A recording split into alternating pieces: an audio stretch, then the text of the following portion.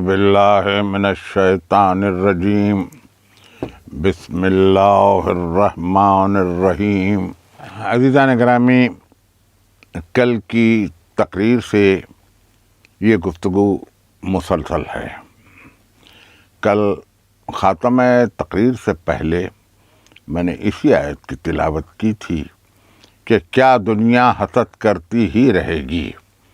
ذات واجب کا طرز تقاطب دیکھیے، انداز دیکھیے، آیت کے تیور دیکھیے اور غور فرمائیے کہ عام یحسدون الناس، کیا دنیا حسد کرتی ہی رہے گی علی ما آتاہم اللہ من فضلہ، جب اللہ اپنے فضل و کرم سے کسی کو کچھ عطا کر دیتا ہے۔ فقد آتینا آل ابراہیم الکتاب والحکمت، اور ہم نے آل ابراہیم کو کتاب بھی دی اور حکمت بھی دی۔ وآتیناہم ملکا عظیما، اور ان کو ملک عظیم عطا کیا۔ ذرا سا آیت کے اجزاء پر غور کریں۔ کل کی گفتگو میں یہ عرض کر چکا تھا کہ انسان میں دو جذبے بدرجہ اتم پائے جاتے ہیں۔ ایک جذبہ ہوتا ہے رشک کا اور ایک جذبہ ہوتا ہے حسد کا۔ رشک اس کو کہتے ہیں کہ جہاں انسان دوسرے کو اپنے سے بلند دیکھے، علم میں، فضل میں، ہنر میں، کمال میں، جاہ میں، حشم میں، مال میں، باغات میں، اسمار میں، اور یہ سوچے کہ وہ تو اپنی جگہ رہے، میں بھی ترقی کرتے کرتے اس تک پہنچ جاؤں۔ اور حسد اس کو کہتے ہیں کہ جہاں اس کو یہ احساس ہو کہ اس کی صلاحیتیں اتنی اعلیٰ اور عرفہ نہیں ہیں کہ وہ اس مقام تک پہنچ سکے، تو جی یہ چاہتا ہے کہ اس کو کھینچ کر اپنی سطح پر لے آئے۔ اس کو کہتے ہیں حسد۔ حسد ایک بیماری ہے، حسد ایک مرض ہے۔ حسد کرنے والا ہمیشہ دکھ اور رنج میں مبتلا رہتا ہے۔ حسد ایک آگ ہے جو انسان کو اپنے اندر جلاتی رہتی ہے کہ وہ دوسرے کو کھینچ کر اپنی سطح پر لے آئے۔ حاسد کبھی صحت مند نہیں رہتا، ہاں، مگر محسوس کو کوئی فرق نہیں پڑتا کہ کوئی کتنی حسد اس سے کرتا ہے۔ فقد آتینا آل ابراہیم الکتاب والحکمت، اور ہم نے آل ابراہیم کو کتاب بھی دی اور حکمت بھی دی۔ دیکھیے، یہ دو لفظ الگ الگ ہیں۔ کتاب الگ ہے، حکمت الگ ہے۔ ذات واجب نے دونوں الفاظ کو الگ الگ استعمال۔ ہم نے کتاب دی۔ کتاب، یہ لفظ کتاب کا آپ کے پاس ابتداء قرآن مجید ہی میں آ گیا۔ ذالک الکتاب، یہ وہ کتاب لا ریب فیہ، جس میں کوئی شک نہیں ہے۔ ہدی للمتقین، یہ متقین کی ہدایت کے لیے ہے۔ ایک رخ اس کا یہ بھی دیکھیے کہ یہ کافروں کی ہدایت کے لیے نہیں ہے، یہ مسلمین کی ہدایت کے لیے نہیں ہے، یہ متقین کی ہدایت کے لیے ہے۔ مومنین کی ہدایت کے لیے نہیں، متقین کی ہدایت کے لیے۔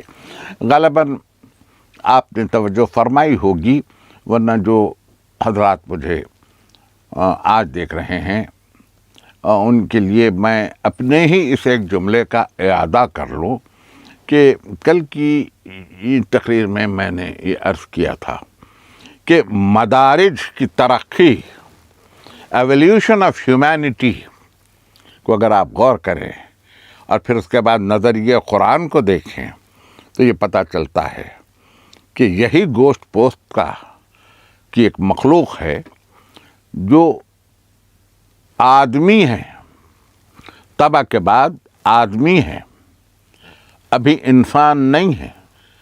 غالباً میں نے غالب کا یہ شعر پڑھا تھا کہ بس کہ دشوار ہے ہر کام کا آساں ہونا، آدمی کو بھی میسر نہیں انسان ہونا۔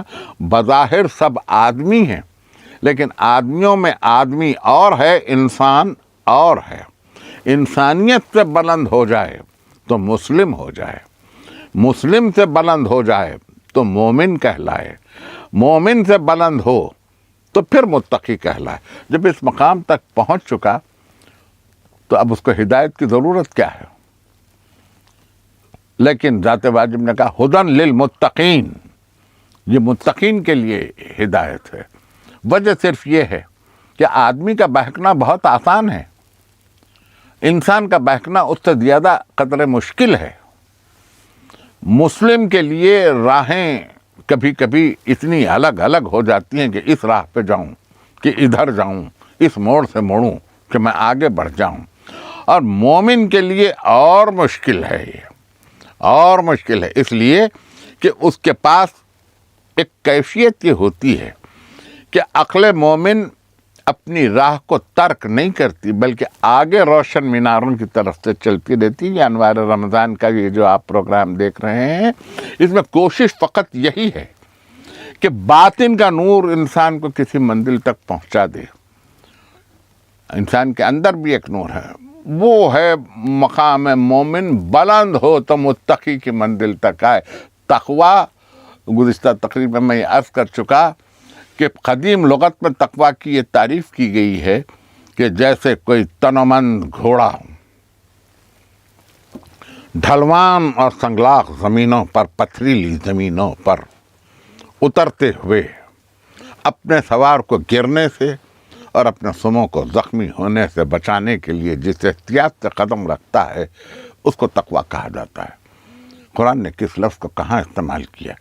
وہ قدیم لغت کا دور عربوں کا، اور آج کی تاریخ کو آپ دیکھ لیجئے، آج زمانے کی نیرنگیوں کو دیکھیے، دنیا کے رجھاؤ کو دیکھیے، ایجادات اثریہ کو دیکھیے، ترقی دنیا کو دیکھیے، یعنی ایک کنٹمپرائٹی آف نان کنٹمپراریس آپ کو اس عہد میں یوں مل جائے گی کہ مختلف دور کی چیزیں ایک ہی دور میں جمع ہو گئی ہیں۔ اسی زمین پر ریل گاڑی بھی ہے، بیل گاڑی بھی ہے، گھوڑا گاڑی بھی ہے، سر کو بلند کیجئے تو طیارہ بھی پرواز کر رہا ہے، آنے واحد میں خلاؤں کو چیر کے دوسرے سیاروں تک کا سفر ہو رہا ہے، انسان نے سیاروں پر کمندیں ڈال دی ہیں، ترقی کی راہیں کھلی ہیں، یعنی کئی زمانے کی چیزیں ایک زمانے میں جمع ہو گئی ہیں۔ اسی کو کہتے ہیں کنٹمپرریٹی آف نان کنٹمپراریس، یعنی کئی زمانوں کی چیزیں ایک ہی زمانے میں ایک دور میں آج۔ کچھ یہی حال انسان کی افکار کا بھی ہے، کچھ یہی حال انسان کی فکر کی ترقی کا بھی۔ کوئی اپنی فکر کو 200 سال پہلے لے کے چل رہا ہے، کوئی اپنی فکر کو 500 سال پہلے سے وابستہ کر رہا ہے، کوئی اپنی فکر کو اسی صدی میں لے کے چل رہا ہے، کوئی اپنی فکر کو آئندہ صدی کے لیے مختص کر۔ تو آپ کو حیران نہ کریں یہ افکار، دنیا نام ہی ہے اسی کا کہ جہاں مختلف زمانوں کی چیزیں ایک زمانے میں جمع ہو جاتی ہیں۔ کچھ یہی حال ہم یہ محسوس کرتے ہیں کہ انسانوں میں بھی ہے، لیکن ہدن للمتقین کے بعد بھی آپ تھوڑا سا آگے بڑھے تو پتہ چلے گا وہ لوگ جو غیب پر ایمان لائے ہیں، یؤمنون بالغیب، الذین یؤمنون بالغیب، جو غیب پر ایمان لائے۔ یہاں یہ وہ منزل ہے کہ جہاں تقریر کو ایک موڑ لے لینا چاہیے، اس لیے کہ تقریریں آج 5ویں تقریر میں کر رہا ہوں آپ کے پاس، تو اب آپ کی فکر میری فکر کے ساتھ ہم آہنگ ہو رہی ہے۔ میں کہوں گا بہت کم، لیکن آپ کی ترقی یافتہ فکر میری تقریروں کے لیے راہ ہموار کر رہی ہے کہ میں اس طرح سے ترقی کرتا ہوا جاؤں کہ کوئی یہ فکر ہے کہ غیب پر ایمان ہو، یؤمنون بالغیب، اور پھر ان پر یقین جو پہلے سے کتابیں لے کے آئے، ان پر یقین، سابقہ شریعتوں پر یقین، عمل نہیں۔ قرآن ناسخ ہے، سابقہ شریعتیں منسوخ ہیں، لیکن یقین تو ہے۔ زبور پر یقین تو ہے، تورات پر یقین تو ہے، انجیل پر یقین تو ہے، اس لیے کہ ان کتب کا تذکرہ قرآن نے خود کیا۔ اور اس کے بعد جب قرآن مبین سامنے آئے، قرآن مبین علم ہے، قرآن شفاعت ہے، قرآن معجزہ ہے، ایک ایسا معجزہ ہے قرآن کہ آج 1400 برس گزر گئے۔ میں یہ عرض کرنا چاہتا ہوں کہ یہودی جو اسلام کے دشمن ہیں، یہ عربی زبان ہے ان کی، یہودی عربی زبان ہے، ہماری ببلیوگرافی عربی کی انہوں نے یہ ترتیب دی ہے، لیکن اس کے باوجود یہ کتنا بڑا معجزہ ہے کہ انہوں نے مسلمانوں کے لیے ساری سازشیں تو کر چکے، 1400 صدیوں سے ان سازشوں میں مصروف ہیں، سازشیں کر رہے ہیں، سازشیں جاری ہیں، سازشوں کی مستقبل کی تیاریاں بھی ہو چکی ہیں، لیکن یہ قرآن کریم کا سب سے بڑا معجزہ ہے کہ آج تک وہ قرآن میں ایک حرف کی تبدیلی نہیں کر سکے۔ آیت تو دور کی بات ہے، ایک حرف کی تبدیلی نہیں کر سکے، ایک لفظ کی تبدیلی نہیں کر سکے، ترتیب میں تبدیلی نہیں کر سکے، تحریف نہیں کر سکے، مفہوم، مگر یہ ہوا ان کا نہیں، ان سے متعلق، مگر یہ نہیں کر سکے، یہ ان کی مجبوری تھی کہ وہ یہ نہیں کر سکے۔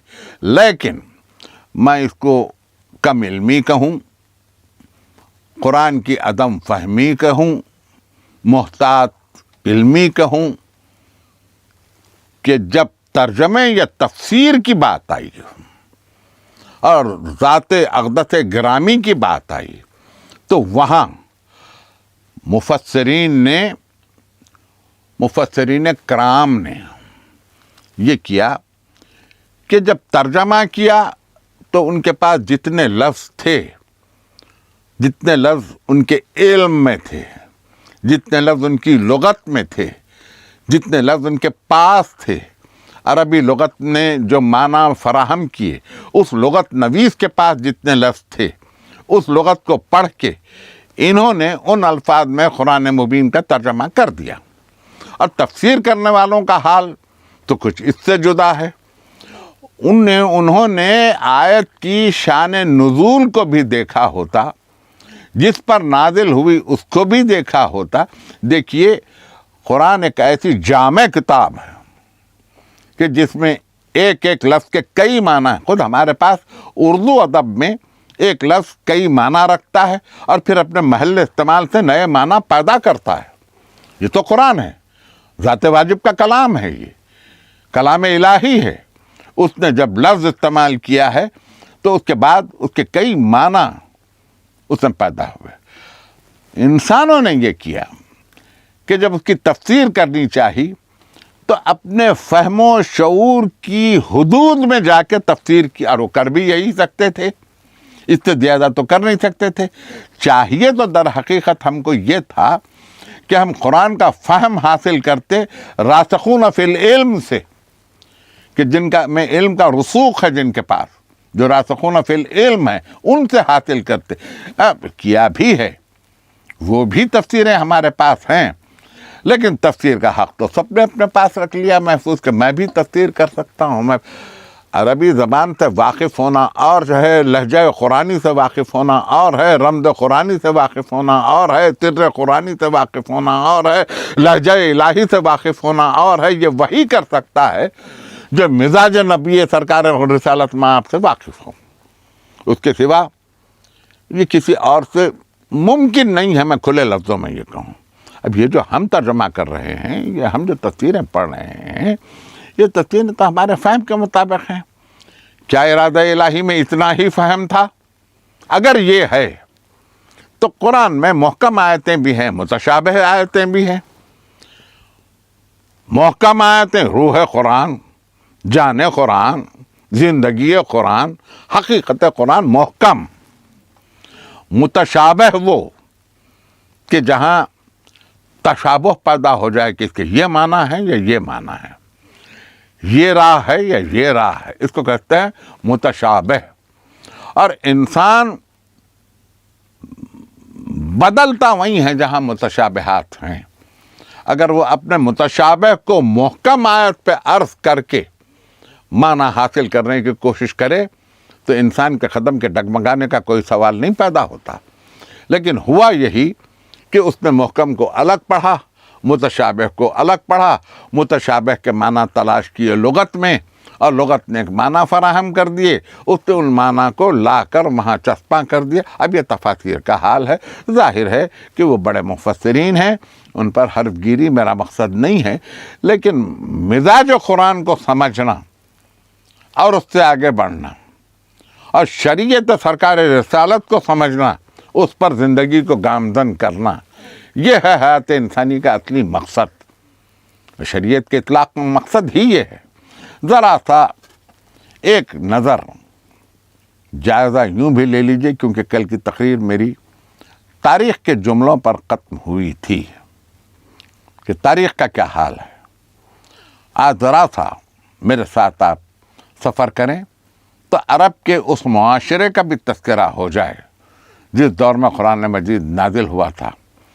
اس وقت دیکھیے عرب میں لغت نہیں تھی، لغت ترتیب نہیں پائی تھی، گرامر بھی نہیں تھی، قواعد بھی عربی زبان کے ترتیب نہیں پائے تھے، لیکن اس کے باوجود عرب فصیح تھے، بلیغ تھے، بڑے شاعر تھے. شعر گوئی ان کا سب سے بڑا مشغلہ تھا. ادب، عربی ادب پہ ان کو بڑا رسوخ حاصل تھا. امراء القیس کے قصائد آپ نے پڑھے ہیں، سنے ہیں. عربی کے وہ نادر قصائد ہیں جنہیں نوادرات ادب میں ان کا شمار ہوتا ہے. ایسے ایسے قصیدہ کو کہ کھڑے کھڑے قصیدے کہہ دے، کھڑے کھڑے کئی سو شعر کے قصیدے کہہ دے، اور اس نزاکت بیانی کے ساتھ کہ 19 بحریں تھیں عربی کی، 19 میٹرز اوزان شاعری کے. اور یہ عرب پورے 19 بحروں میں شعر کہتے تھے. اس میں سے 4 بحریں تو ایسی ہیں کہ جس میں سوائے عربوں کے کسی نے شعر آج تک نہیں کہے. 1442 ہجری میں میں آپ کے روبرو تقریر کر رہا ہوں. اتنے فصیح و بلیغ تھے عرب، ایسے فصیح و بلیغ، ایسے شعر کہنے والے، ایسے قصیدہ کہنے والے. جملہ ادب کی 19 بحروں میں سب میں انہوں نے شعر کہے ہیں. 4 بحریں ایسی ہیں، میں اس وقت میرا موضوع شاعری نہیں ہے، میں اس پہ گفتگو نہیں کروں گا. 4 بحریں ایسی ہیں جس میں سوائے عربوں کے کسی نے شعر نہیں کہے. فارسی شعراء نے نہیں کہے، اردو شعراء نے تو کہے ہی نہیں اس میں شعر. ایسے فصیح و بلیغ تھے. ایسے میں دیکھیے ایک بات شاید آپ نے پہلے بھی سنی ہوگی، لیکن مجھ سے ایک مرتبہ اور سن لیجئے، آپ کو لطف آئے گا. موسیٰ کے دور میں عصائے موسیٰ معجزہ تھا. اس لیے عصائے موسیٰ معجزہ تھا کہ اس وقت سحر یعنی جادو کا بڑا زور تھا. آپ نے خود سن رکھا ہے کہ فرعون کے دربار میں جادوگروں نے رسیاں پھینکی، وہ سانپ بن گئے، سحر تھا. موسیٰ نے اپنا عصا پھینکا، اژدہا بن گیا، سب سانپوں کو نگل گیا. آہستہ آہستہ جب ہم تقاریر کو آگے بڑھ کے لے جائیں گے تو ہم اس واقعے کا پورا تذکرہ بھی کروں گا میں آپ کے لیے. لیکن یہ کہ موسیٰ کے لیے معجزہ عصا، جادو کے خلاف، سحر کے خلاف. عیسیٰ کا دور ایسا تھا کہ جو طبیبوں کا دور تھا، معالجین کا دور تھا، ان کے لیے معجزہ شفا.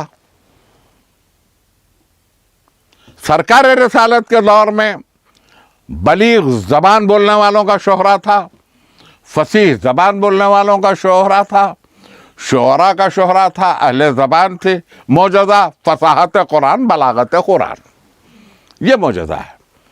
اور اتنا بڑا معجزہ کہ جب عرب یہ کہنے لگے کہ یہ تو شاعری ہے، یہ تو شاعری ہے، تو ایک مرتبہ یہ کلام خدا نہیں ہے، یہ تو بندے کا کلام ہے، یہ شاعری ہے. تو 3 ہی تو آیتیں ہیں سورہ کوثر میں، اِنَّا أَعْطَيْنَاكَ الْكَوْثَرَ فَصَلِّ لِرَبِّكَ وَانْحَرْ إِنَّ شَانِئَكَ هُوَ الْأَبْتَرُ. 3 ہی تو آیتیں ہیں. یہ تینوں آیتیں، اچھا اس زمانے میں یہ بات تھی کہ جب کبھی کسی نے قصیدہ کہا ہو تو وہ لے جا کے کعبے کی دیوار پر آویزاں کر دیتا تھا. تو اس سلسلے میں 7 قصیدے بڑے مشہور ہیں، ان کو 7 معلقات کہا جاتا ہے کہ 7 قصیدے لٹکائے گئے.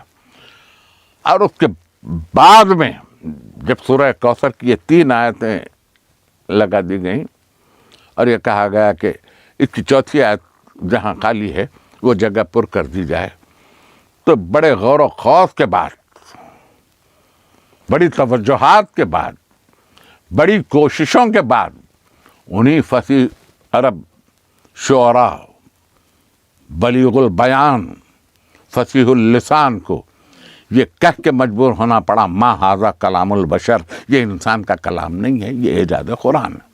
اور قرآن نے تو خود کہا تمام جن و انس مل کے، یہ کل کا چیلنج نہیں ہے، قرآن چونکہ قیامت تک ہے بلکہ ابد تک ہے، اس وقت تک کا چیلنج ہے کہ تمام جن و انس مل کے ایک ایسی کتاب لائیں۔ تم نہیں لا سکتے، تم نہیں لا سکتے ایسی کتاب، یہ معذوری ہے۔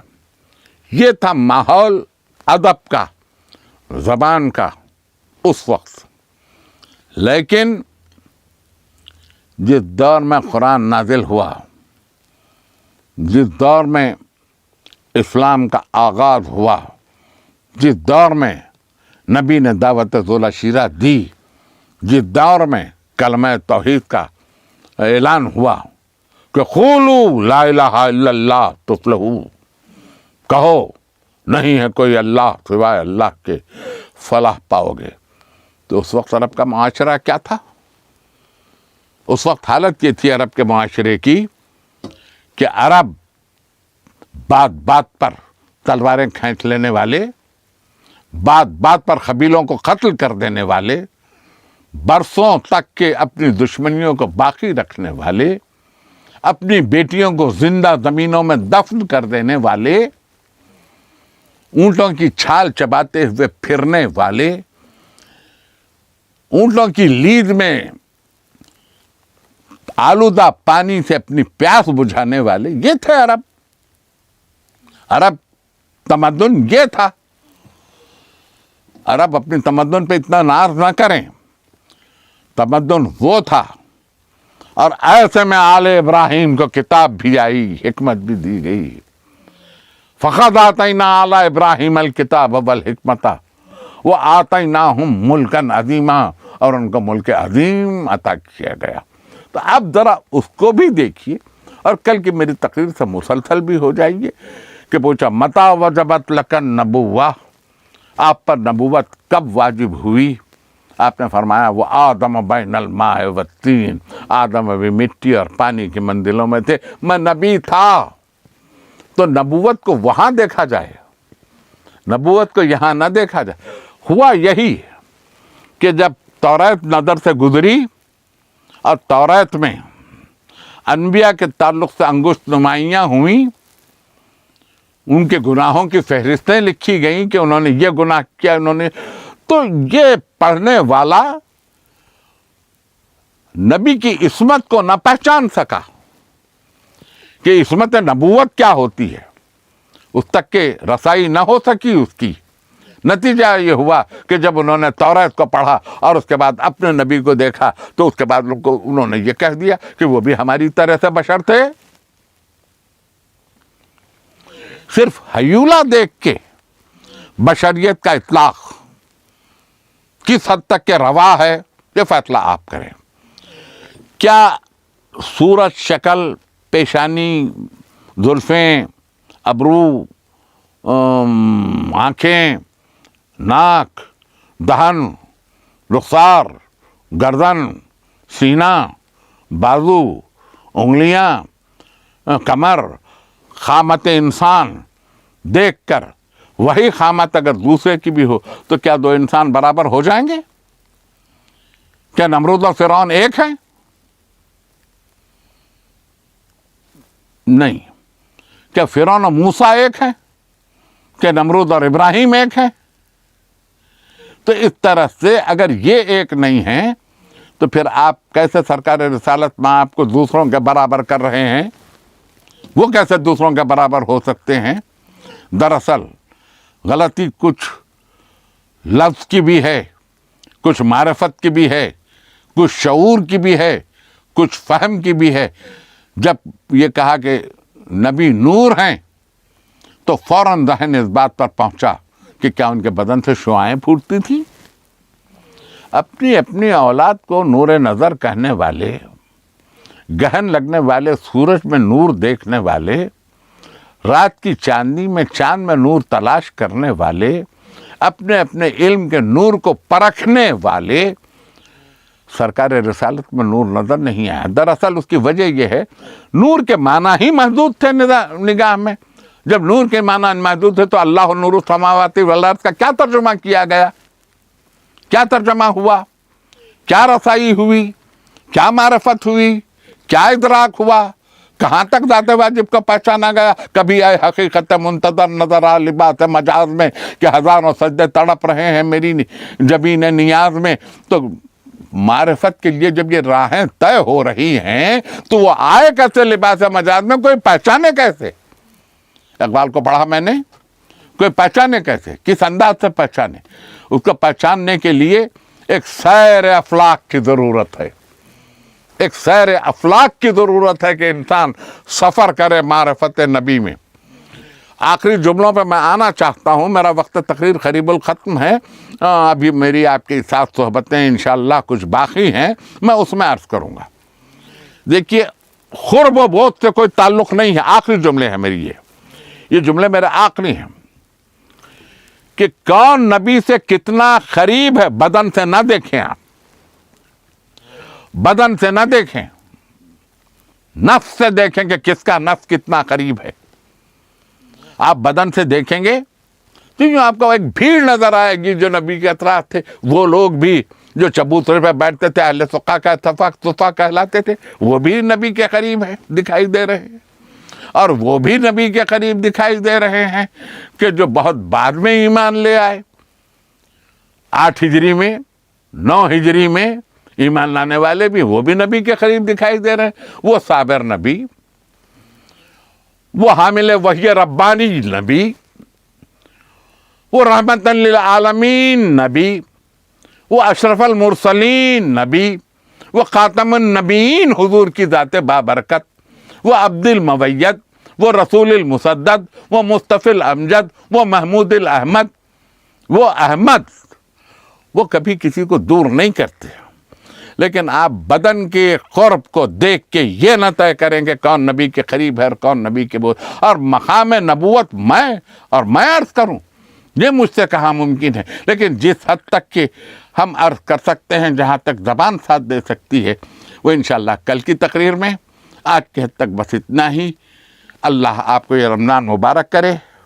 آپ کے گھر میں فضیلتیں اسی طرح سے ترقی کرتی جائیں، انوار کی بارش ہو، آپ خوش رہیں، علم کی دولت سے مالا مال ہوں.